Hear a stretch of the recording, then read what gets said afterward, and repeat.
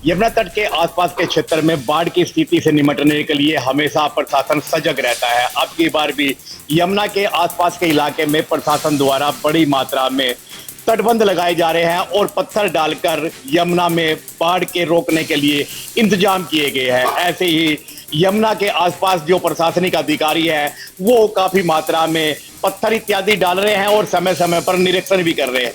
आज विधानसभा अध्यक्ष हरविंदर कल्याण ने गांव सदरपुर बलेरा व अन्य जो यमुना के इलाके के साथ लगते गांव हैं उनका दौरा किया और स्थिति का जायजा लिया। विधायक हरविंदर कल्याण ने बताया कि जिस प्रकार से हर वर्ष यमुना में लाखों क्यूसेक पानी छोड़ा जाता है और उसके चलते कहीं ना कहीं यमुना के आसपास के जो गांव हैं उनमें बाढ़ का खतरा मंडराता रहता है। उसे बचाव के लिए समय से पूर्व ही अब की बार प्रशासन ने कमर कस ली है और बड़ी मात्रा में पत्थर जो है यमुना के आसपास के क्षेत्र में लगाए जा रहे हैं। उन्होंने बताया कि यह कार्य आने वाली 30 जून तक पूरा कर लिया जाएगा और इस कार्य पर करीब 17 करोड़ रुपए का खर्चा आएगा। जिस प्रकार से यमुना में बड़ी मात्रा में तटबंध लगाए जा रहे हैं उसको लेकर अब आस जगी है कि अब की बार पिछले वाली स्थिति नहीं हो सकती। करोंडा से जनता टीवी के लिए सुशील कौशिक।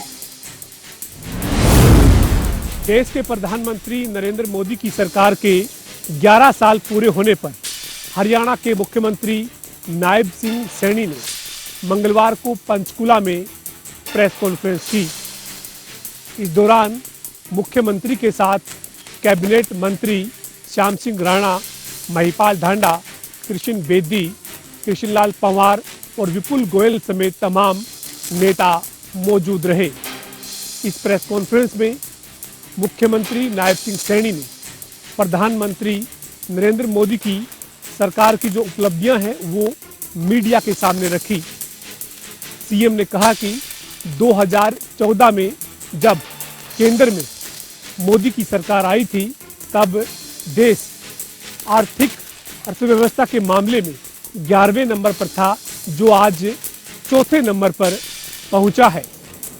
इस दौरान मुख्यमंत्री नायब सिंह सैनी ने कहा कि केंद्र सरकार ने हर क्षेत्र में कार्य किया है। किसानों के लिए, युवाओं के लिए, महिलाओं के लिए, हर वर्ग के लिए केंद्र सरकार ने अभूतपूर्व फैसले लिए हैं। इसके साथ ही मुख्यमंत्री नायब सिंह सैनी ने कहा कि किसानों की तरक्की के लिए प्रधानमंत्री फसल बीमा योजना जैसी बड़ी योजना शुरू की गई है, जिससे किसान का उसकी खेती में रिस्क कम हुआ है। इसके अलावा मुख्यमंत्री नायब सिंह सैनी ने कहा कि केंद्र सरकार ने आयुष्मान कार्ड की जो योजना शुरू की उसके जरिए 5 लाख रुपए तक का इलाज लोगों को मुफ्त सरकार दे रही है। करीब 2.5 घंटे तक चली मुख्यमंत्री की इस प्रेस कॉन्फ्रेंस में मुख्यमंत्री ने सरकार की तमाम उपलब्धियां प्रदेश के लोगों के सामने रखी है। इससे पहले मुख्यमंत्री ने प्रधानमंत्री नरेंद्र मोदी की सरकार की जो 11 साल की उपलब्धियां हैं उसको लेकर एक बुकलेट भी जारी की। मुख्यमंत्री नायब सिंह सैनी ने जहां सरकार की 11 साल की उपलब्धियां सामने रखी है, वहीं विपक्ष पर भी निशाना साधा है। मुख्यमंत्री नायब सिंह सैनी का कहना है कि विपक्ष ने अपनी सकारात्मक भूमिका सरकार के साथ नहीं निभाई है। मुख्यमंत्री ने कहा कि विपक्ष को जो सरकार ने सराहनीय कार्य किए हैं उनकी सराहना करनी चाहिए और सरकार के साथ खड़े होकर 11 साल की उपलब्धियों में शामिल होना चाहिए।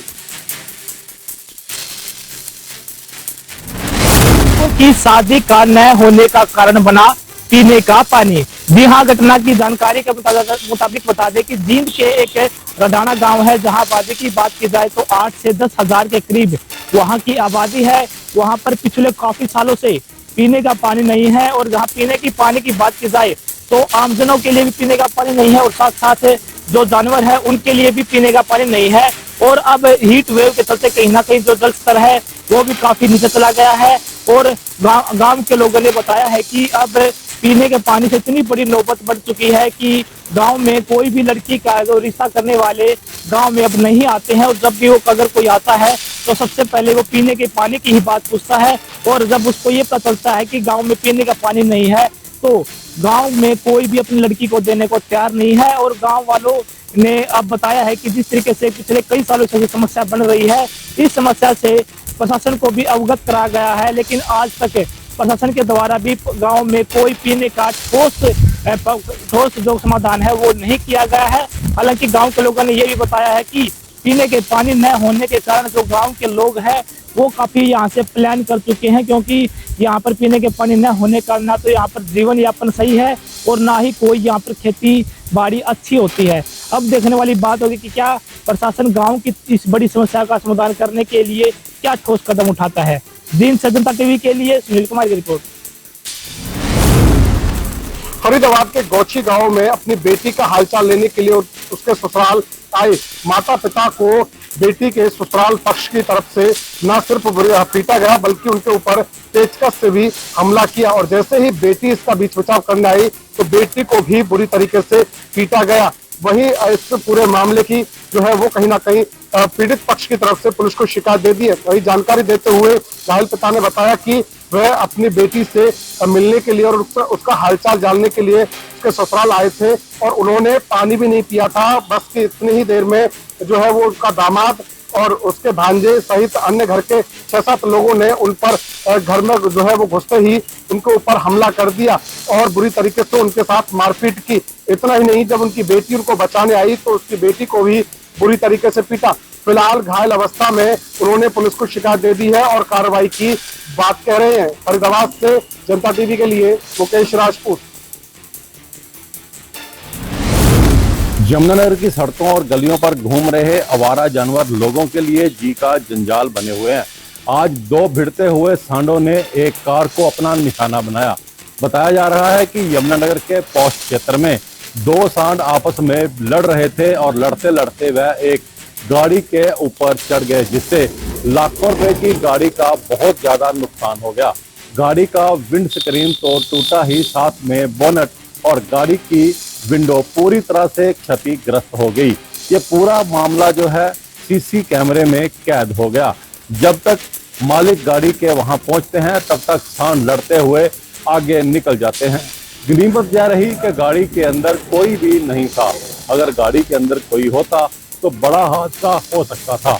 लोगों ने जिला प्रशासन से मांग की है कि सड़कों पर घूम रहे आवारा जानवरों को उनके निर्धारित स्थानों पर गौशालाओं में भेजा जाए।